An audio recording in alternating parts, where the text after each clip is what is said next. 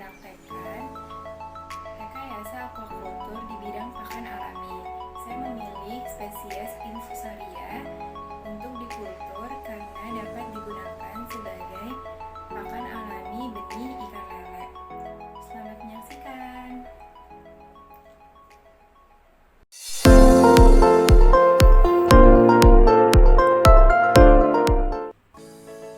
Bahan pertama yang dibutuhkan yaitu ekstrak bayam. Tujuan penambahan ekstrak bayam ke dalam media kultur infusaria yaitu untuk memenuhi kebutuhan nutrisi infusaria. Faktanya, infusaria memerlukan media untuk pertumbuhannya yaitu berupa bahan-bahan organik yang mengandung nutrien yang dapat meningkatkan pertumbuhan populasi infusaria.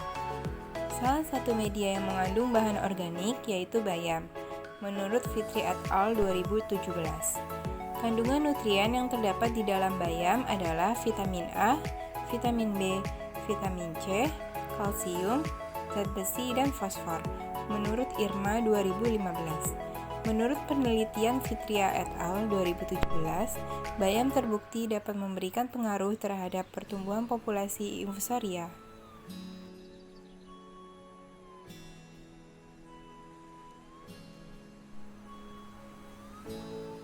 Bahan yang dibutuhkan selanjutnya yaitu kubis rebus. Kubis merupakan salah satu sayuran yang sangat umum digunakan dalam kultur infusaria. Kandungan nutrien limbah kubis yaitu 15,74 bahan kering, 12,49 abu, 23,87 protein kasar, 22,62 serat kasar, 1,75 lemak, dan 39,27 BETN, menurut Muktiani et al. 2006.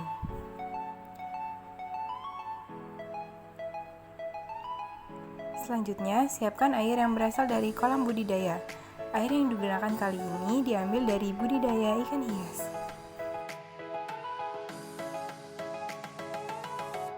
Kemudian siapkan toples yang sudah dilapisi dengan kresek hitam. Tujuannya untuk menciptakan lingkungan yang teduh dan nyaman bagi infusaria. Yang terakhir yaitu siapkan kain putih dan karet untuk digunakan sebagai penutup toples. Berikut merupakan seluruh alat dan bahan yang dibutuhkan.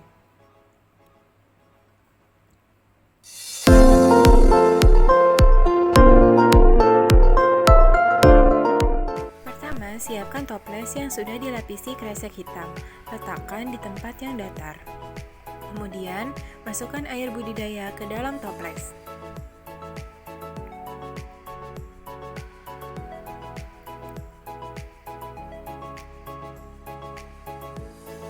Masukkan juga ekstrak bayam ke dalam toples.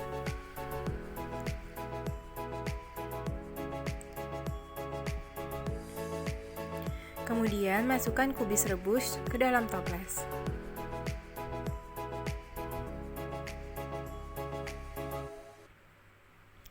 Bila dirasa kubisnya masih kurang atau terlalu kecil, dapat ditambahkan kubis lagi sedikit.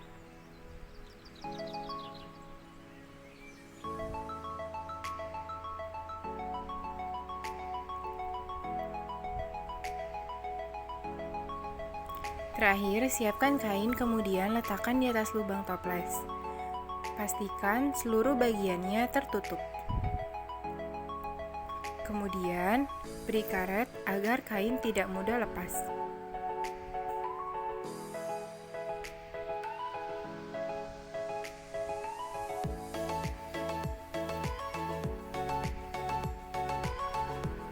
Setelah sudah selesai, letakkan media kultur di tempat yang teduh.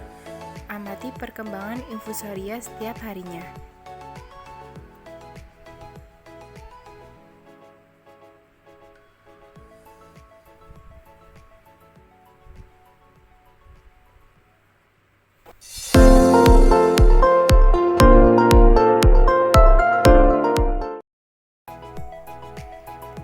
Di hari kedua, infusaria terlihat belum tumbuh. Kemudian di hari ketiga, infusaria masih terlihat belum tumbuh di media. Di hari keempat, mulai terdapat tanda-tanda adanya infusaria yang tumbuh di media. Kemudian di hari kelima, infusaria memasuki fase puncak di mana jumlahnya semakin bertambah banyak.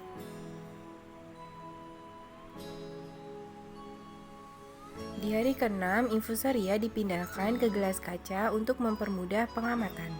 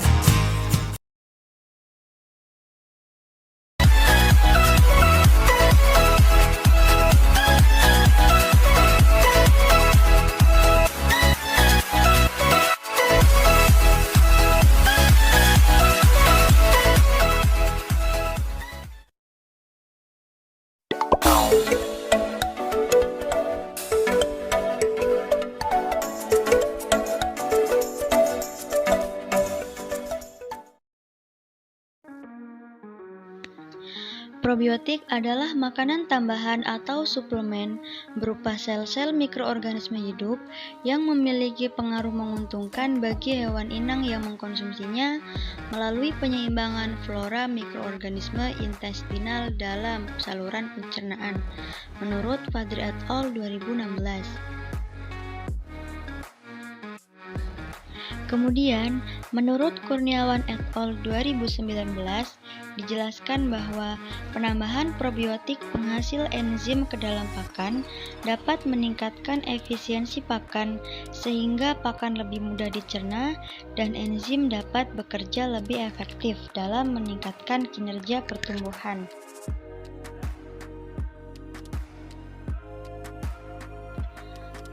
Menurut Agusta 2017 menyatakan bahwa pemberian EM4 pada pakan mampu meningkatkan laju pertumbuhan ikan dan kualitas air media pemeliharaan lele.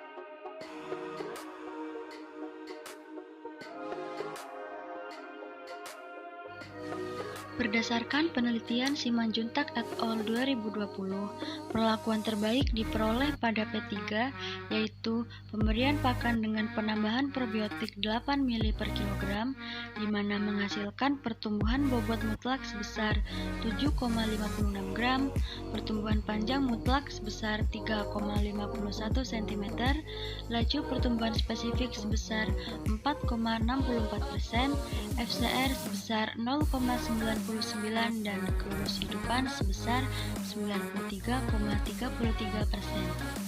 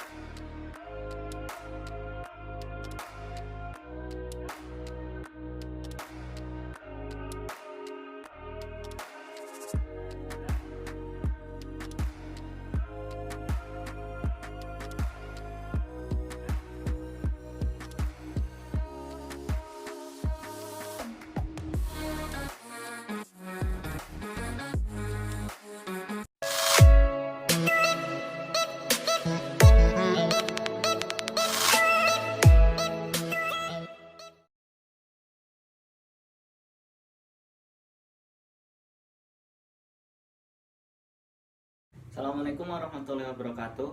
Perkenalkan, nama saya Yusuf Aunur Rahman. Saya adalah salah satu mahasiswa perikanan Universitas Diponegoro dengan NIM 260201181300091. Di video kali ini, saya akan menjelaskan bagaimana cara membuat budidaya ikan di dalam ember. Budidaya ikan di dalam ember ini cukup sederhana teman-teman, yaitu hanya menggunakan makhluk hidup, yaitu berupa tumbuhan kangkung dan juga ikan lele atau Clarias sp. Alat dan bahan yang digunakan pun termasuk mudah untuk dicari, yaitu hanya menggunakan ember, kap botol, arang, tisu, dan juga alat-alat yang lainnya.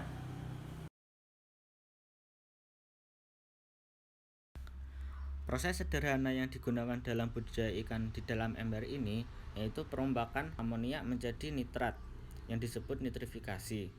Di sini dalam tahap pertama yaitu amonia ditambah dengan oksigen dibantu dengan bakteri Nitrosomonas menjadi ion nitrit plus H2O atau hidrogen. Dalam tahap kedua yaitu ion nitrit yang tadi sudah dirombak ditambah dengan oksigen dan dibantu dengan nitrobakter menjadikannya ion nitrat.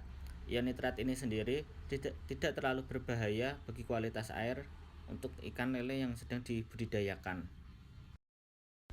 Mengapa amonia itu harus diuraikan menjadi nitrat? Hal ini karena amonia itu sendiri adalah sisa-sisa metabolisme yang telah dilakukan ikan lele dan biasa disebut feses. Selain itu, amonia juga dapat berasal dari pakan-pakan yang tidak dimakan oleh ikan lele dan dapat mengendap di dasar wadah budidaya. Dan apabila amonia ini memiliki kadar yang tinggi di dalam wadah budidaya, dapat mengakibatkan kematian massal bagi ikan lele. Manfaat lain yang dapat diambil dari menggunakan sistem budidaya di dalam ember ini adalah tumbuhan kangkung dapat mensuplai oksigen ke dalam wadah budidaya. Adapun 3 komponen yang harus terpenuhi ketika melakukan fotosintesis yaitu adalah yang pertama cahaya matahari, yang kedua karbon dioksida, dan yang ketiga air. Ketiga komponen tersebut digabung dengan klorofil yang ada di dalam tumbuhan kangkung dapat dirubah menjadi oksigen dan glukosa. Oksigen dan glukosa tersebut nantinya dapat mensuplai ke dalam wadah budidaya yang ada kultifan ikan lelenya.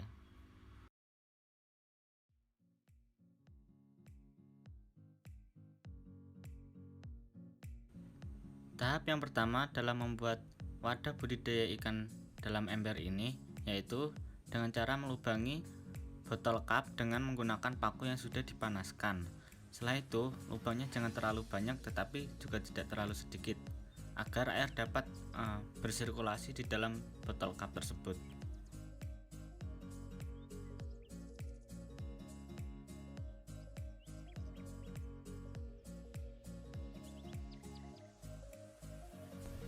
Tahap yang kedua yaitu memasangkan kawat pada botol cup yang sudah dilubangi tadi. Kawat tersebut digunakan untuk menggantungkan botol cup di pinggir-pinggir ember yang sudah disediakan.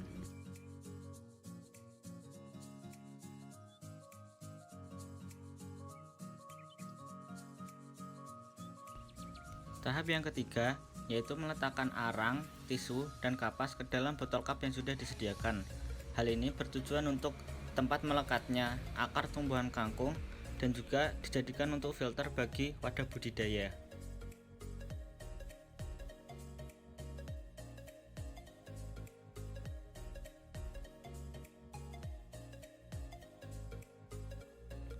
Tahap yang keempat yaitu meletakkan tumbuhan kangkung ke dalam botol cup yang sudah disediakan.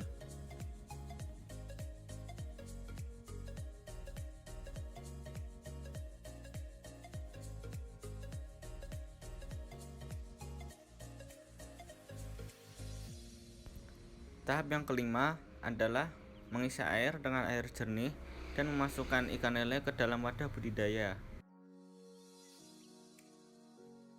Menurut SNI 2014, ikan lele memiliki pada tebar 300 hingga 500 ekor per meter persegi dengan ukuran 5 hingga 7 cm.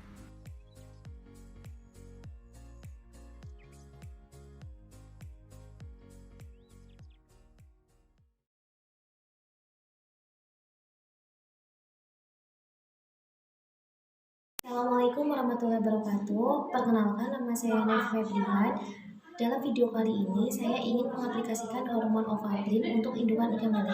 Video ini dibuat untuk memenuhi nilai praktikum rekayasa budidaya tahun 2021. Manfaat dari video ini yaitu semoga dapat menambah ilmu pengetahuan tentang rekayasa budidaya aquaculture.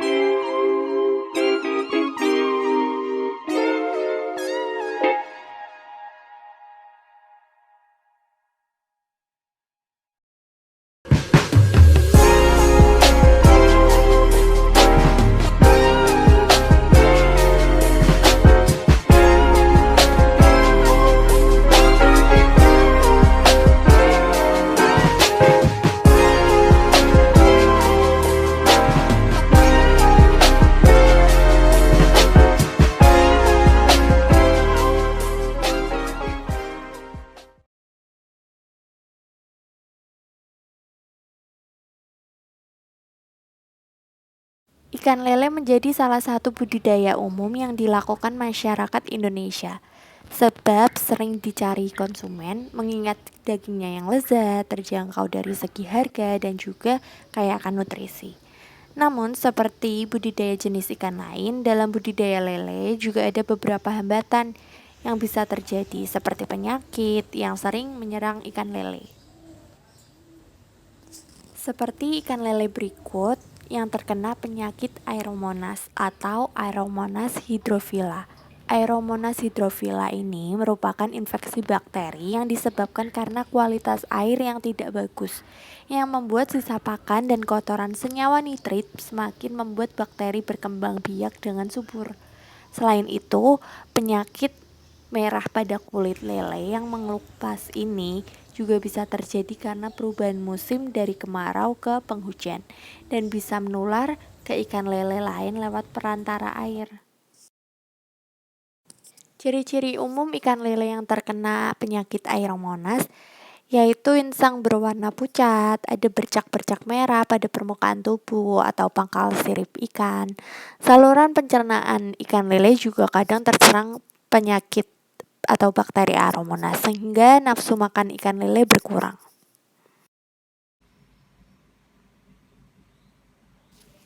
Pengobatan ikan lele yang terkena penyakit Aeromonas hydrophila dapat dilakukan dengan treatment pemberian garam dapur sebanyak 1000 hingga 2000 ppm selama 24 jam atau 10.000 ppm selama 20 menit.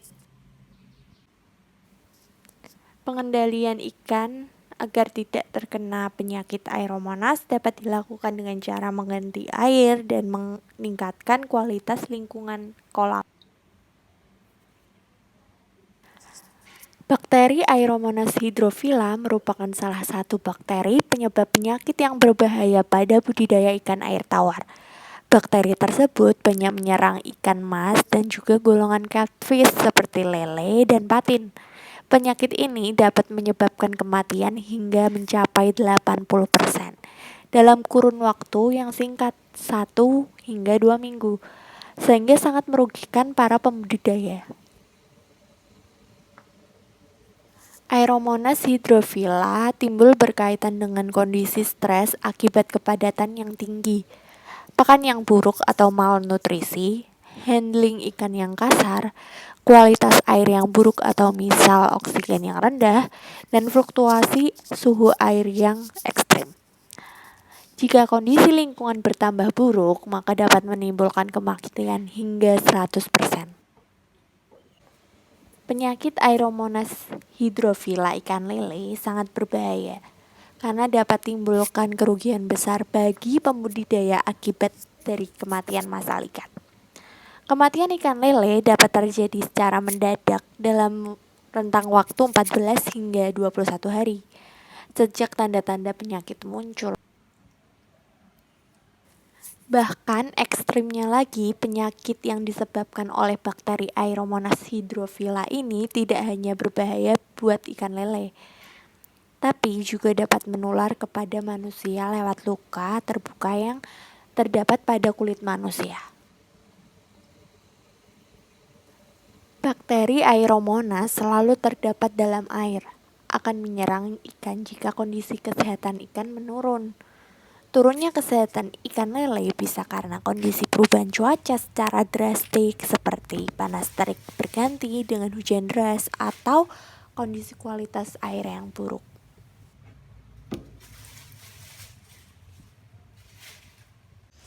Pengobatan secara alami lebih baik dilakukan dibandingkan dengan memberikan obat-obatan kimiawi. Sebab jika digunakan terus-menerus bisa berdampak buruk pada lingkungan budidaya. Dan jika tidak tepat digunakan maka bisa menyebabkan resistensi pada ikan lele.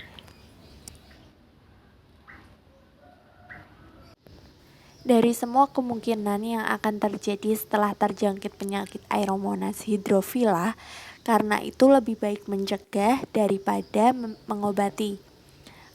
Karena ikan lele yang sudah terkena penyakit Aeromonas bakal sulit diobati karena nafsu makan ikan yang terjangkit penyakit Aeromonas menurun secara signifikan, sehingga respon ikan rendah terhadap pakan yang diberikan.